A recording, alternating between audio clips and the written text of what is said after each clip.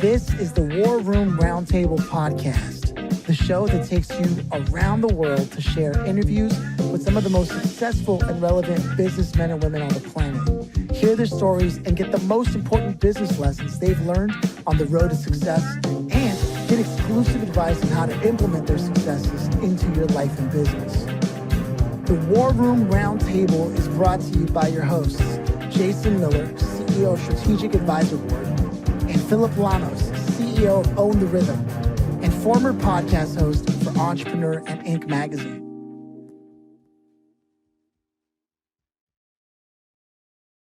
Welcome to the War Room. Maria, how are you doing today? I'm doing well. Thank you, Phillip.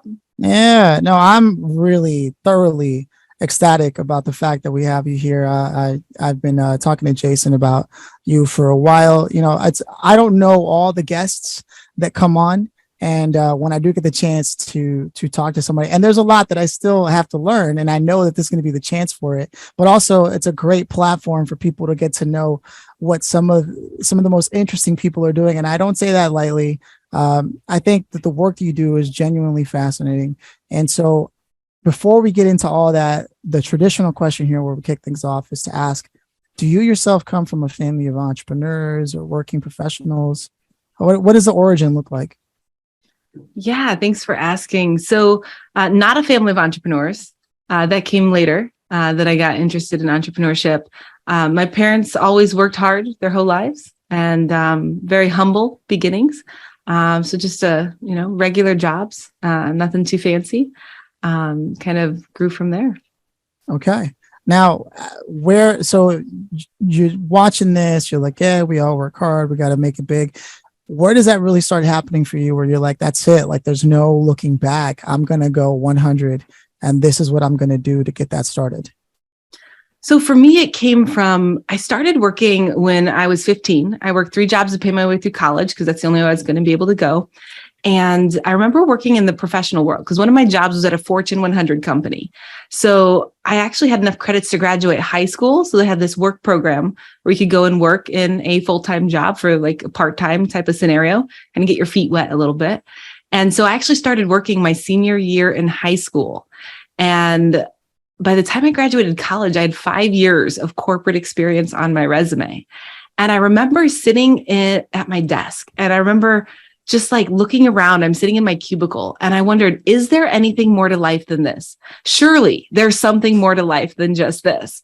And that's when I just really started to explore other alternatives because I just didn't want to sit in a desk job for 20, 30 years. You saw that as early as possible. Yeah. And so then you made this leap. Now, this is the most important moment. And Jason and I have seen this moment come a few times on this show. What was your vehicle? Did you have no plan and just said, I'm doing it and you quit? Or did you start to line things up? I actually lined things up well in advance. So the way that I got ahead was I figured, I think you have to do something more than the bare minimum, more than just your day job, more than just checking the boxes. And so I started volunteering with some different professional development groups. So the Project Management Institute, I was their VP of operations for the Central Illinois chapter, 3 hours south of Chicago. And then I started my own Agile users group to help people learn about Agile project management. And I volunteered with some other organizations as well. But what really got me that first stepping stone was speaking at conferences. And so I have this theory that if I could speak at conferences, if I could develop my professional speaking skills, that could help me get ahead. And it absolutely did. So the first opportunity that I had to get on a stage, I used to be terrified of it, by the way, like it was absolutely just nerve wracking. And I kept pushing through until one day I got comfortable. And I remember the first time I was able to speak at a conference in Malmo, Sweden. It was actually for a group of the Project Management Institute as well.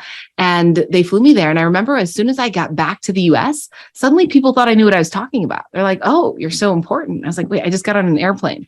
But because I was able to speak internationally, suddenly I had more credibility. And so I started using that to book additional speaking opportunities, building a portfolio. And then fast forward several years, I was able to start my own consulting company. I see. It's funny how that happens. You might do just the right thing and your authority jumps like skyrockets. Jason talks to me about this all the time. You got to understand that dynamic, Phil. And it really, it's something that I think it works in interesting ways. And now I know you to do consulting. This is the part of the story where like I met you like around here, right? And I mean, and well into it, to make it clear, right? So I know you to be doing this and not just consulting companies to help them actually get things done, right? And getting their team in line. But I also know you to be innovating this idea of how to get things done through things like personal agility and things of that nature, which is like a take on some of the things that people use in tech to get things done, but then bring it into your own personal life as a tool for empowerment. That's really, because I'm a personal development nerd, right? So like I can appreciate that you're into that work, but I want to bring people up to speed on that. So what are some of the projects that you felt really started to create impact in your reputation in business, sort of like where you're like, these are milestones in my career once you hit that consulting level? Yeah, so I started off and I was working through other consulting firms, was consulting downtown Chicago for several years, and my contract ended up coming to a close. And instead of renewing it or going to another opportunity, I actually turned everything down. And that can be a risky move because I didn't have anything lined up. But I had this theory again, and I thought the more that I work for someone else, I'm not going to be able to start my thing. I'm not going to be able to go as far as I think I can go because there always seem to be constraints. There were ideas I had. I had ideas for innovations, and I often got told, no, don't do that. Just, keep the client happy, keep the hundreds of thousands of dollars rolling in, right? Like keep that happening. Don't go out and try anything different. And I just had this intrinsic motivation to do something greater. And so what I ended up doing was looking for the opportunities where I could do something that was different. And I felt like I was confined working for one company. I was like, hey, there's these four walls. And if I'm in these four walls, I'm only making an impact with this client. And so I actually turned every other opportunity down when my contract came to a close. And interestingly enough, I was living downtown Chicago and Michigan Avenue, and my rent, I was up for renewal for my lease, and they tried jacking up my rent by quite a bit. And I was like, man, I mean, I know living on Michigan Avenue is not that cheap, right? And I was like, well, this is not good because I don't have any consulting job anymore. I didn't renew. And now my rent's going up. This is not going to work. So I didn't renew my apartment. So I actually started selling my things. I had a couple suitcases I would travel with. I got a storage unit, and I just started traveling on one-way tickets. And I actually did that for 5 years. And so I started booking through my network by attending conferences, booking different speaking opportunities, traveling throughout Europe and Asia. And by doing that, I cut every single limiter that there was. There was no more limitation. It was, I can go anywhere. Okay, well, where do you need me to be? Right? Singapore, Thailand, India, right? Shanghai. And so as I traveled, I just was networking, building my portfolio. And I did this with speaking. And I'd already been speaking at these different conferences leading up to this point. So then when I started my main company, Formula Inc., the idea is that most everything in life is a formula. You don't have to completely reinvent the wheel. You just have to figure out what steps to take, follow through, ink it in on paper. It's ink with a K, and follow through with those steps.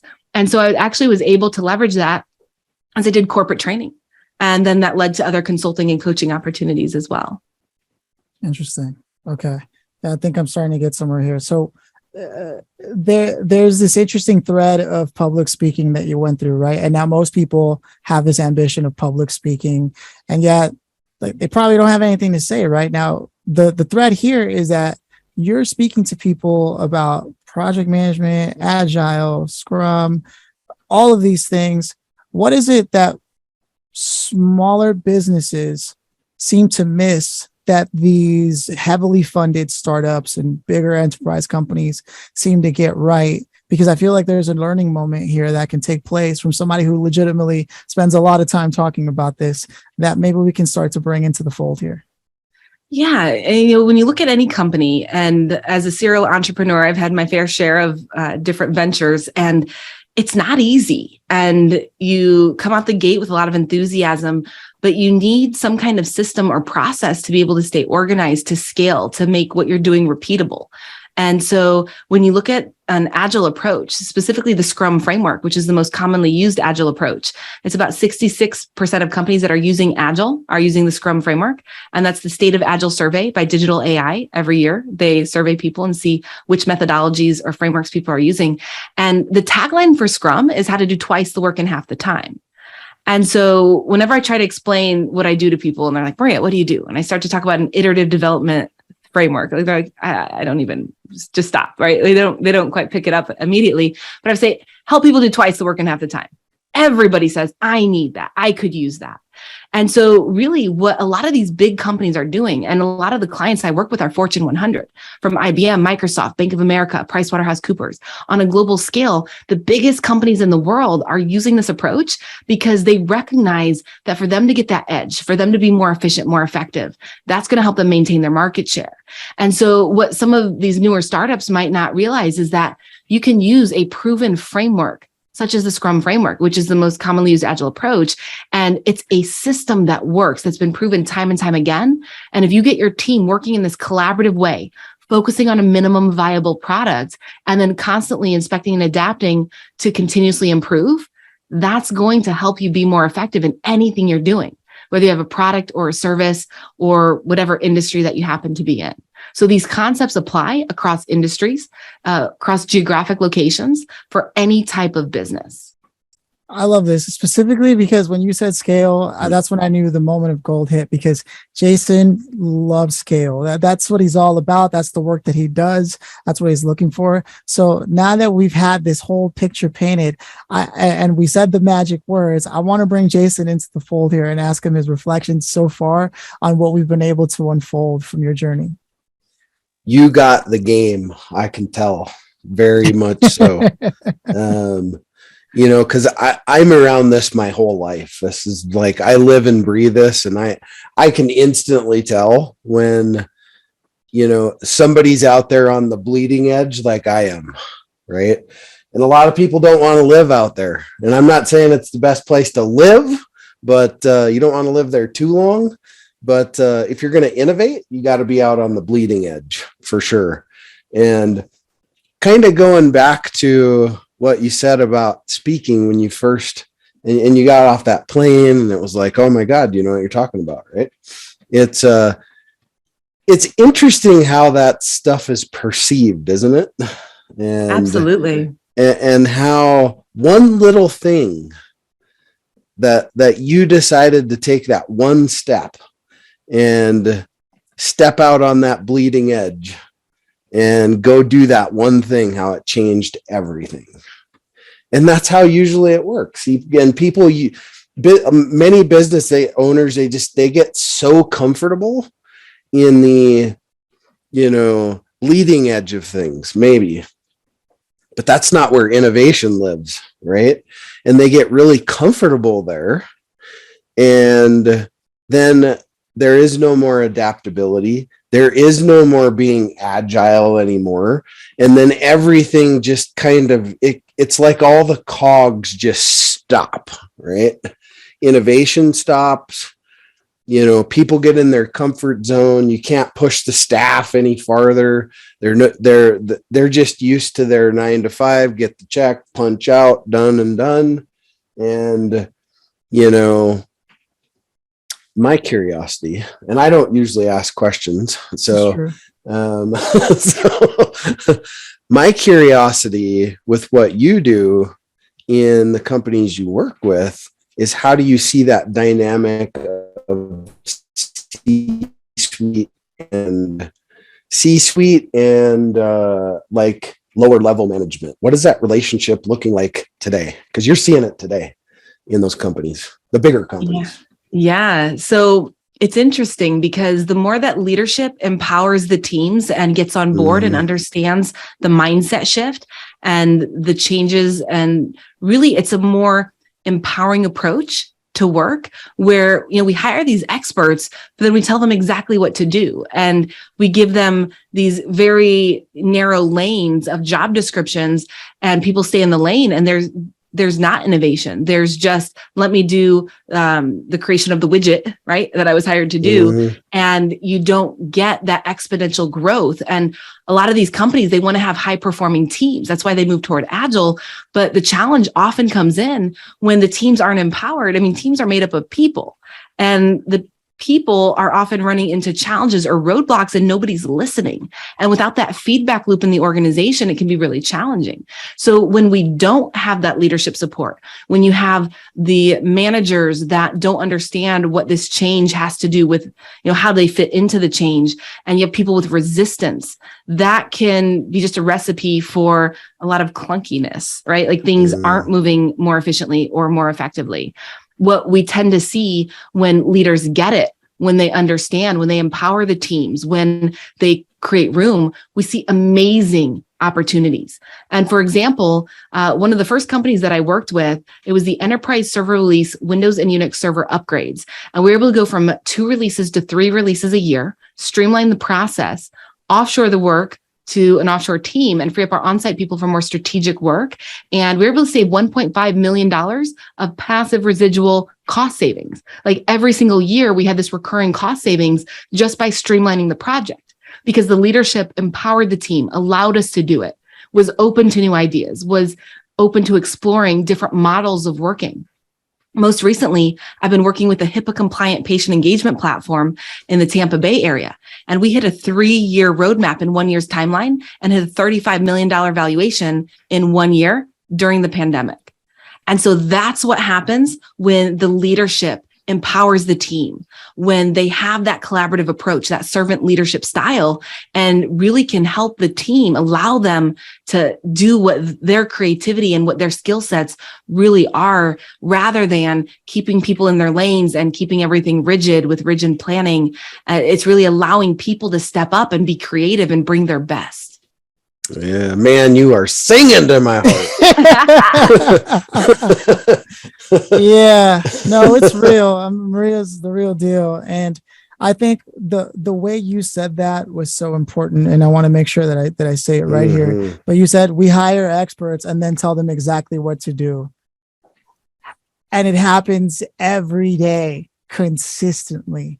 I used to tell people something very similar where I said, people would complain that, they're smarter than their boss, but, I should be running this company. I'm smarter than my boss. Yeah, but you're not the one with all the risk, right? And of course you're smarter than them, since when would someone ever hire someone not smarter than them to get something done, right? So both sides of that equation are often not able to see the full picture, but that's what your expertise and again, and Jason too, this ability to scale, to move large groups of people under this current of culture that just gets things done, which is crazy to say in business. I can't believe it's that hard to get things done, and people make it harder than it has to be. And yet here we are having to enlighten people one step at a time through the power of conversation. I mean, it's no different than when you go public speaking. This is why you're constantly speaking to crowds, because it's that prevalent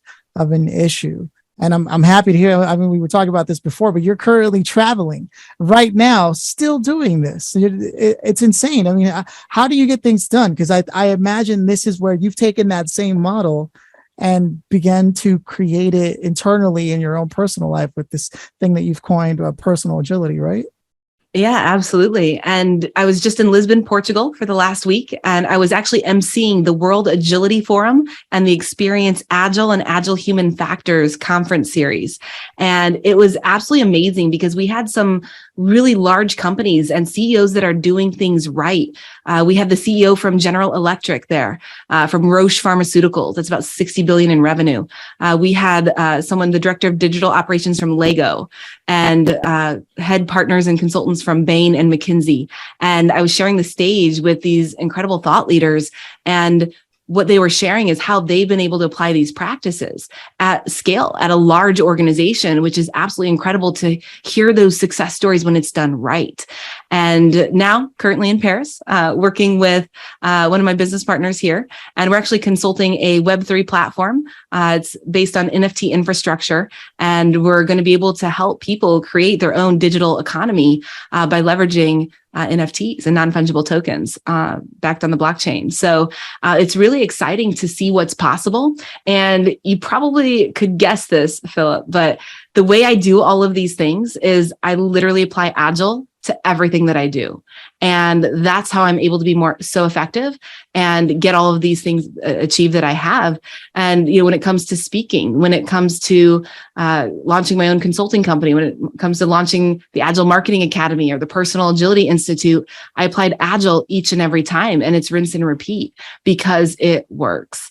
And so, this concept of personal agility, it's the same foundations as the Agile principles that you would apply with a team, but it's customized for an individual because you don't have a whole team. You don't have all of the roles. You don't have, multiple people. And so if you want to really focus on what really matters and what it is that you want to achieve by applying these Agile techniques, it can help you achieve it in record speed. And, even as far as, this is pretty random, but about 6 years ago, I was speaking at a conference in Philly, and Alistair Coburn, he's one of the co-authors of the Agile Manifesto, and it was his Heart of Agile conference.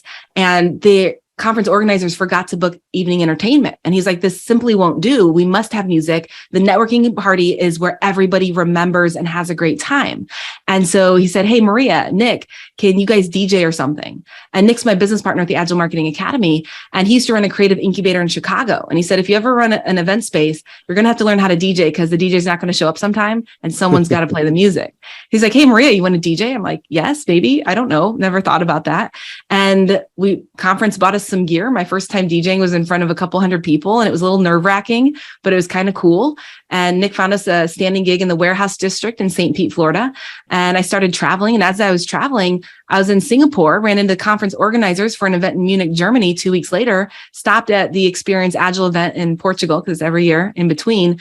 And I ran into these conference organizers, and they're like, Maria, how have you been? And I said, oh, you're going to get a kick out of this. I just DJ'd this conference in Philly. And they said, do you want to DJ in Munich? And I was like, don't play with my emotions. But I didn't have any of the gear because I hadn't planned on it. So I just went out and bought all new gear in Munich. And I had a DJ flyer created, and I just showed up to the conference party. IBM was sponsoring it, 750 people there, and it was no music. It was crickets. And they're like, Maria, if you can figure out the PA system, you can DJ. And I was like, got on the mic. Does anyone know how to plug in this mic system? And my first time DJing international was actually routed through the wireless mic through my DJ decks is how we did it. And like, it went from there to fast forward to last year. I DJ'd the pregame for the Super Bowl when the Tampa Bay Buccaneers won in Tampa, and DJ'd the pregame for the Lightning, who won the Stanley Cup, and also the Formula One races in Miami. And I do project management consulting, but I did that because I applied Agile to a hobby and have made it larger than life. And I don't know if you know this, Phillip, but I'm actually releasing an album soon, and we're going to launch the album. Yep. We actually just performed 3 of the songs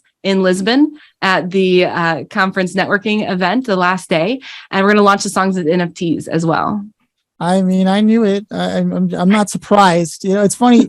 The only other person I know doing that many things, well, there's 2, right? There's you, there's Ben and Jason as well. He's got like 12 businesses, and I'm doing what I can with like one operation. And so when I hear people that could just keep moving, and I've worked with you and learned a lot from working with you about how this works, and just because you know the material doesn't mean you know how to apply it to your life. And that's one of the things I appreciate most of like you being a literal leader, an example of how to do those things. That's just a fact. That's why before this call got started, I told, I was like, she's a badass, because you are. Because you're going to tell me that many people who start off, just with your origin story, go into consulting, right? Then decide to go out on their own. And then from there, launch multiple companies and DJ and release out. Like, come on, all in the tech space. Like, it's just, for me, it's just a story that shows, like you said, with Formula Inc., right? Everything has a process, and you just need to figure out the steps in order to accomplish it. And then you can ship. And for me, you're living proof of that, which is, it's like, you don't find many people who can say, yeah, I did that, and here's how I did it, and do it in a way where then people can take those steps and go replicate and go, oh shit, that really is how you do it. That's what excited me so much about being able to have this conversation and have you here. So if you had a bottom line, like, this is this is the advice I would give to people. Before you do that, I want to address something that you said, and that is, people ask me that question all the time. How do you do it? And you said it. You keep moving, right? You keep moving all the time and you never stop. The difference between innovators and people that forget how to innovate is they stop moving. They stop doing the next thing, right? I get bored really fast and I decide, well, shit, I'm going to be the president of a magazine next week. And then I start something else, or I write another book, or I do this, or buy another company just because I need more shit to do, right? And then because I get bored, but I always have to be innovating, and that's how my mind works. And the key is you keep moving all the time. You never, ever stop. Because I swear if I stopped, I'd probably have a heart attack.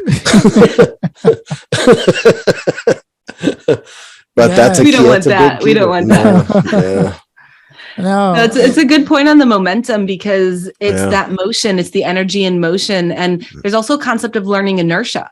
So when we look at, let's say we have a software developer and he wants to learn a new coding language. Well, if he's at home and learns how to play the guitar, his mind and his brain and how it's working, there's this learning inertia that's happening. And that's going to be easier for him to learn a new coding language because he's in that learning mode. It's like if you're looking for, a red car, you're talking about red cars, you start seeing red cars everywhere. Like you're looking for that opportunity. As you're learning, you're opening up new neural pathways.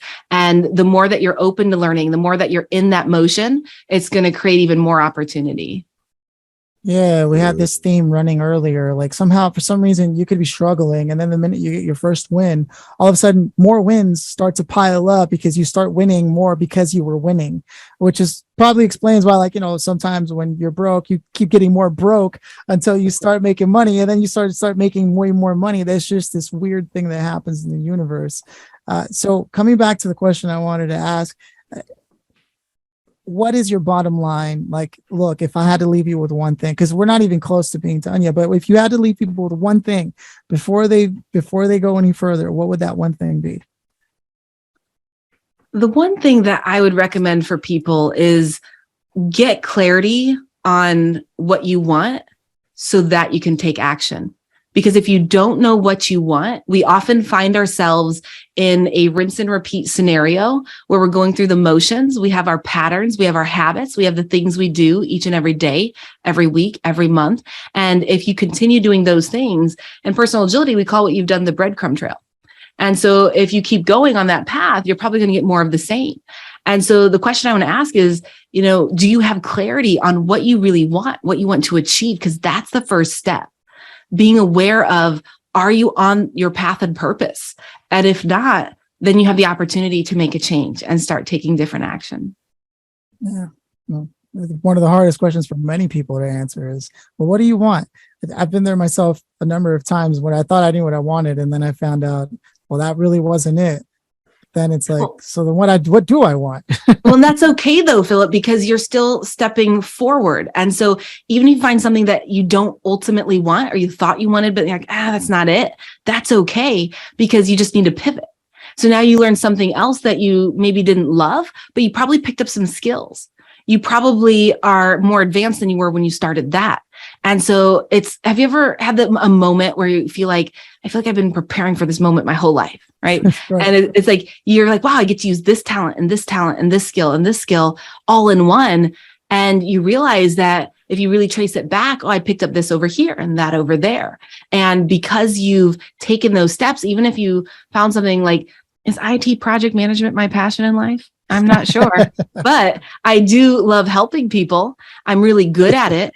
I love helping people achieve their dreams. I love helping people launch that business, get to market faster, be successful, be happier with themselves. And so that's just an avenue for helping people. And so even if it's not the be all end all of what you want, of what you're doing, can that help you create the life you want? Can you bring in enough revenue in your day job that you can live a dream in your hobbies, that you can create the lifestyle that you enjoy with your family, with your friends? And so even if you can't figure out what that is, I just want to encourage people to keep taking those steps forward, because eventually you'll land there, or at least you'll learn along the way. So I'm a keen observer of human behavior, and I always like to point out key moments of when behavior is what matters, right? When attitude is what matters, right? Like I presented a certain scenario, and very, very unlike any entrepreneur who's worth their salt, you immediately go, "That's great. You found out what you don't want." Right? Like most people, when they hit that, they're like, "Oh, well, I guess it's a failure." And you're like, "What are you talking? You're just getting started." And that's like the attitude, the behavior of a real successful, true mover and shaker, right? An entrepreneur is the ability to go, great, well, I know that I don't want that, but that's the best part about it. Not only that I pick this, and this up, but now I can go move on to the next thing. It just gives you more gas when you're a real entrepreneur. Whereas like when you're not, you're faced with the fact that you're like, oh, well, now I don't want to do anything. That's how you know you're not an entrepreneur, and you may be better off being an individual contributor at a larger organization until you find that thing that gives you more gas because it didn't work out, and you start feeling like you said, the breadcrumb trail where it's starting to piece together.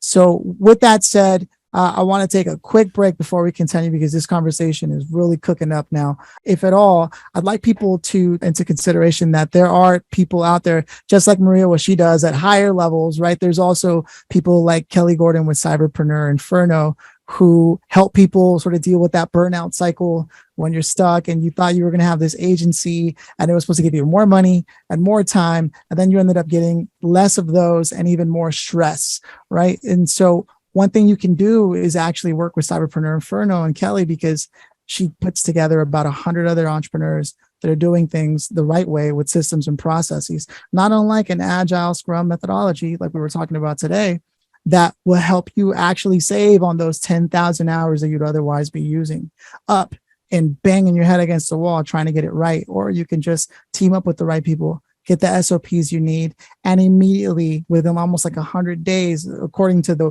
way they've been mapping it out, get you right where you want to be as an agency owner. So if that sounds like something that you've been trying to do and launching your agency and getting it done in record time, then all you have to do is hit up Kelly Gordon, and you can go to get.cyberpreneurinferno.com/the 4x4 method and just put War Room 15, and they'll know that we sent you, and that's 15% off the tuition. So with that said, let's get back to the story here.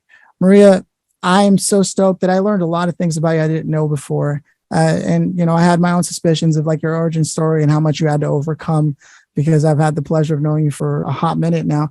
But it never ceases to amaze me how much more you can learn about somebody who never stops learning.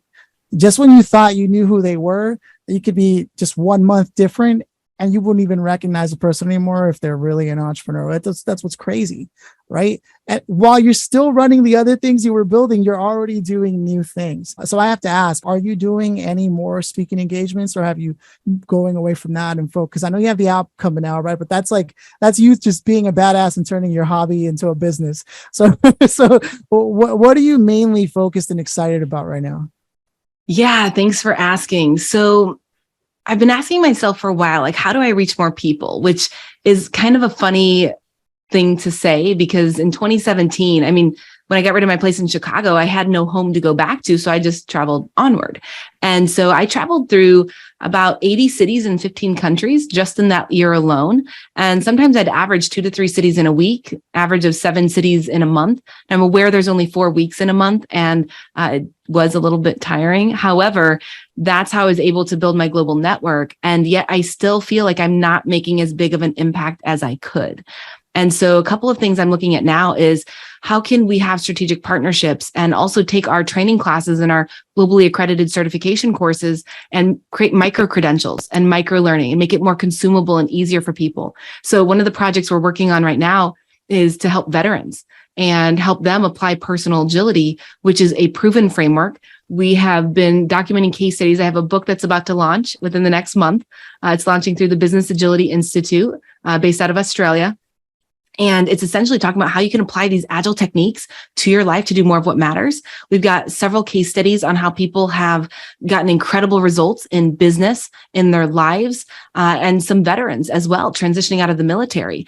And so we're looking at how we can help make a positive change and a positive impact for veterans that are transitioning out, to reduce the amount of suicide that happens, to help really make a meaningful impact for the people that have served our country for so long. And then also looking at with the Agile Marketing Academy, we're scaling to other trainers. And so I'm really excited that we're working with an AI sales software that has been absolutely incredible. It's called WooSender, and it is completely changed my business. It actually saved my business during the pandemic because we went from 90% in-person training, B2B, to shifting to everything being virtual, which hadn't really been done before in my industry because the classes that I was doing had always been in person, and had to figure out how to convert it to be virtual. And so being able to switch to a completely different market, B2C, was a huge shift. And so just this AI sales software helped me completely transform and keep my business afloat to where we made more money during the pandemic than the year before, after being in business 10 years. And so we're now looking at different software solutions we can pair with the Agile Marketing Academy curriculum. So it's really helping people on a grander scale, helping different groups of people. And we're also partnering with some universities to be able to offer our training curriculums through the universities as well.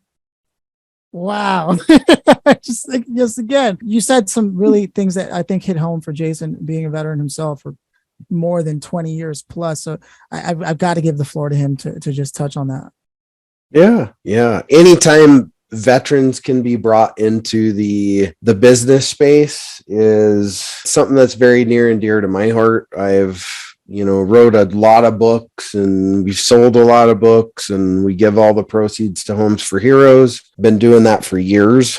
And obviously it's a soft spot for me.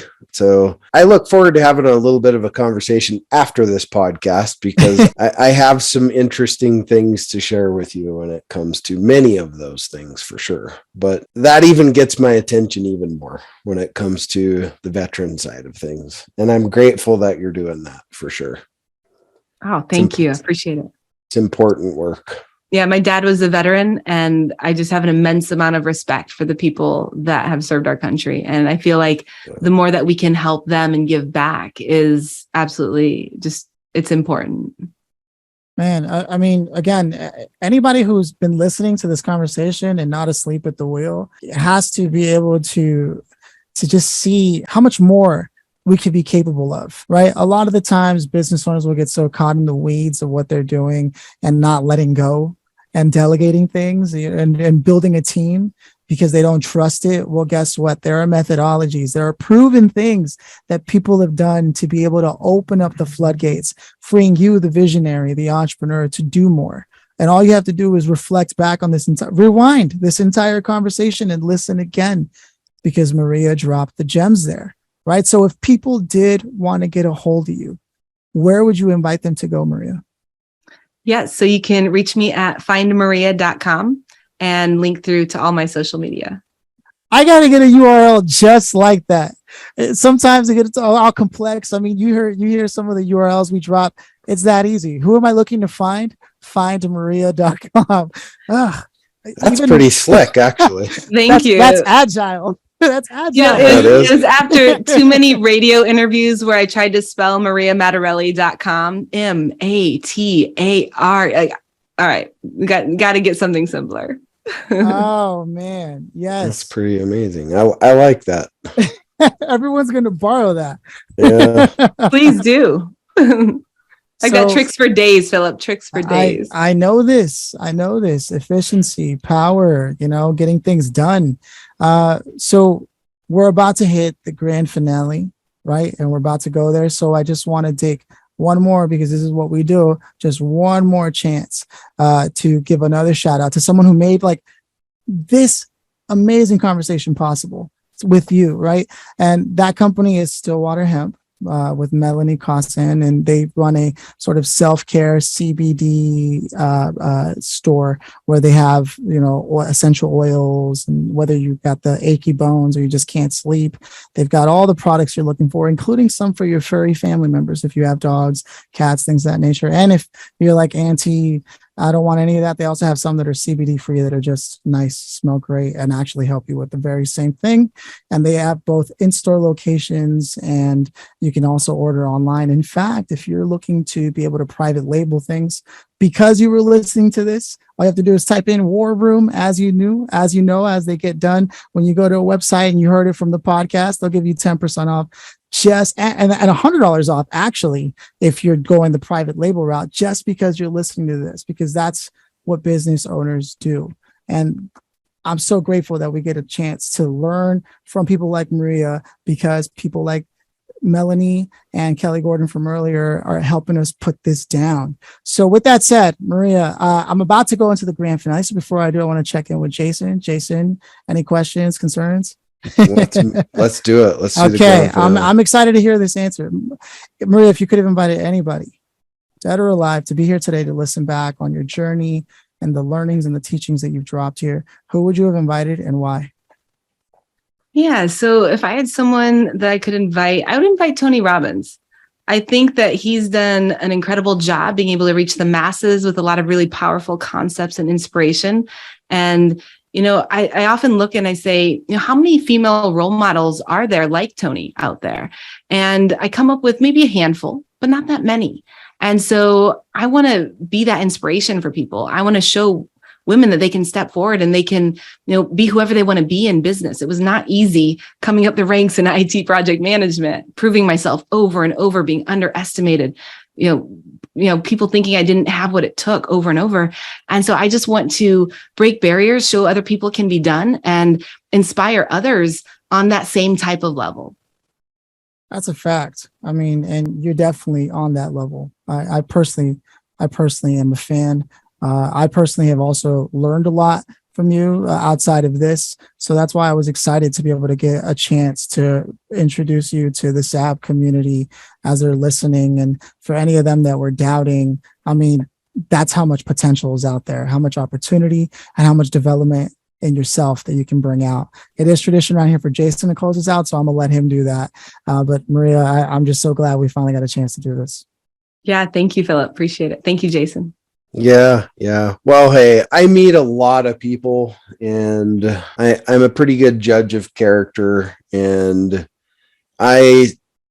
you definitely walk the walk, and it's kind of became a little rare nowadays, I must say.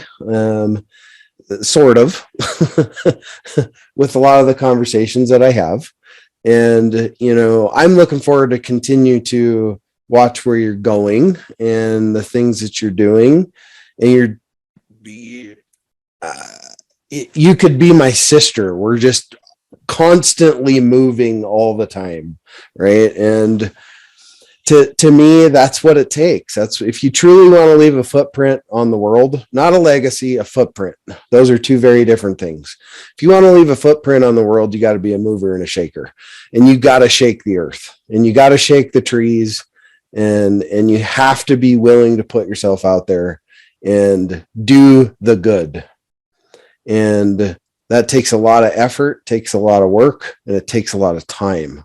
But together as a community, we can build that, and we'll never get there on our own. But if we lock arms together, we'll get there far faster. So thanks for being on the show. I know it's late your time over there in Paris, and thanks for taking the time to be here for this. We greatly appreciate it. Yeah, thank you. Awesome. All right. Cheers.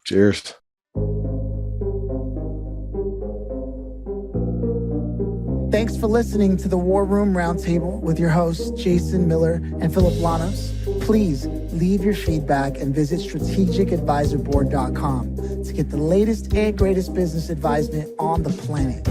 Follow us on social media for updates, and always remember, if you can dream it and believe it, then you can go achieve it. We'll see you in the next episode.